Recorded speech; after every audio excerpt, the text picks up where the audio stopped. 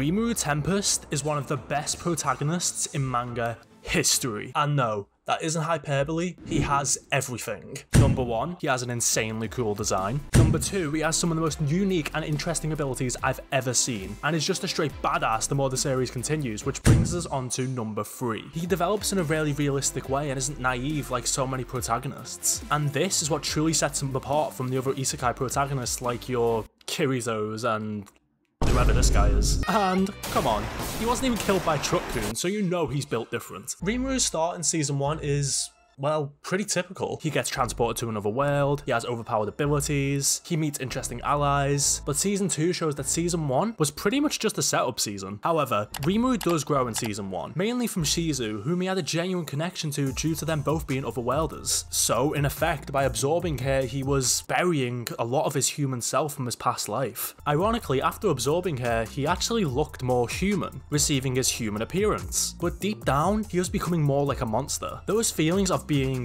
human are still there deep down, hence why the monsters he names primarily evolve into humanoid types. Later, when Rimuru's own orders cause the death of many whom he vowed to protect, he loses it. All the slice of life, fun adventures come to an end. He realizes that if he wants to build his own nation and keep everyone happy, he has to be less naive. He wasn't even aware of his own ridiculous power or the power of his own forces, and the fact that that could actually pose a threat to other nations, it just never crossed his mind. This naivety and selfishness to protect a race that he truly believed he was still a part of caused everything around him to crumble. He was already on the path of abandoning his human side, as he stated, maybe not just my body, but my heart has become monster-like as well. But don't get it twisted, this is not a physiological change, this is a mental one. As remember, he cried when he absorbed Shizu as he was still human at heart. Following this, he accepts that he's not human anymore, and he'll do anything to protect those around him. Yes, this is pretty typical of a main character, but Rimuru, he's actually willing to follow through and becomes ruthless and even becomes a demon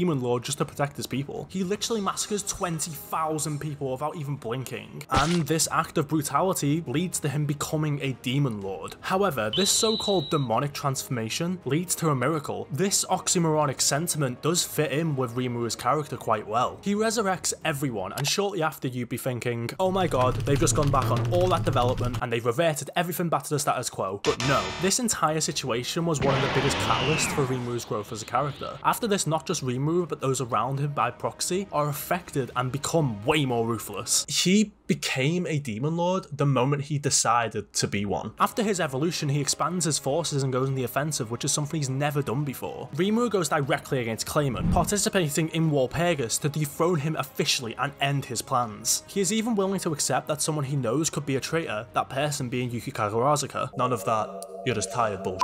Rimuru becomes a lot more cold-hearted towards his enemies. He keeps that light-hearted energy, but there's a sinister undertone that you know, if you f*** with him, you're gonna be annihilated. After all of this development, he fights Hinata again, and is willing to battle her if that means that she'll accept that he isn't an enemy. Unlike the first time when he was very against fighting one of Shizu's students. On a side note, the whole second battle against Hinata and their forces was so cool in every way. It gives me everything I want from a battle in a manga. You have Rimuru's new powers, cool choreography, and even hilarious moments. And I'm not joking, when I saw this panel, I burst out laughing. Rimuru's fight against the clerics of the Seven Luminaries also showed a significant development in his growth, showing a lot more confidence despite losing an ultimate skill. Well, he thought he lost it. As soon as he finds out what the Seven Luminary characters...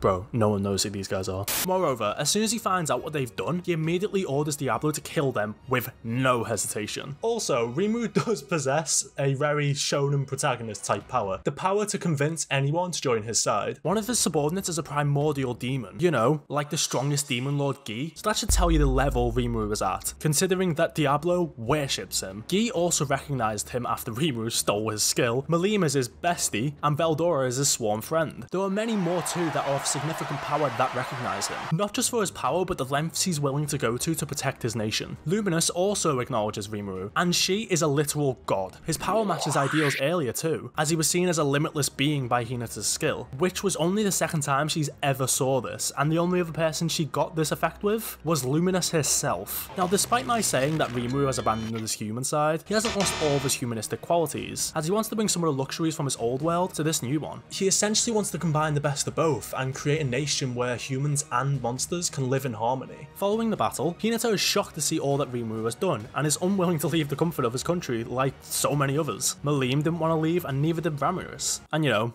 they are both demon lords, of course. Obviously, he and Hinata were manipulated into fighting each other, but eventually became friends. By the end of the arc, Rimuru's ideals and determination impress her deeply, since his goals seem borderline impossible. This brings us onto the conclusion. Rimuru's goals at their core hasn't changed, but his means of getting to those goals has changed drastically since the start of the series. He was willing to kill threats at the start, but only as a last measure, and was strongly against killing humans, but now, he'll dispose of anyone that threatens his country if they pose too much of a threat, which barely any protagonist do, usually using a Toku no Jutsu instead. He's got a point. Many follow/worship Rimuru because of this factor. This is a reason why Hinata ended up liking him and dropping her guard around him despite being so defensive around others. He wants to abolish the prejudice that monsters receive and wants people to get to know them before making their own rash decisions about them. Following the events of Season 2, Rimuru became a lot more ruthless. He occasionally forgets where to draw the line, as he actually threatens people without needing to from time to time. He often gets into diplomatic relations with some of the most powerful people in the world, expanding his own influence and protecting his country further. We have no idea how far Demon Lord Rimuru will grow, and how much his territory will increase. But we can surmise that at some point in the future, Rimuru will cause a war that engulfs the entire world. As Hinata warned him just recently, that because of the town he's building becoming too advanced, angels could attack. But this doesn't mean anything to him, as he just says he'll fight them off when that happens. Okay, I hope you guys enjoyed this video.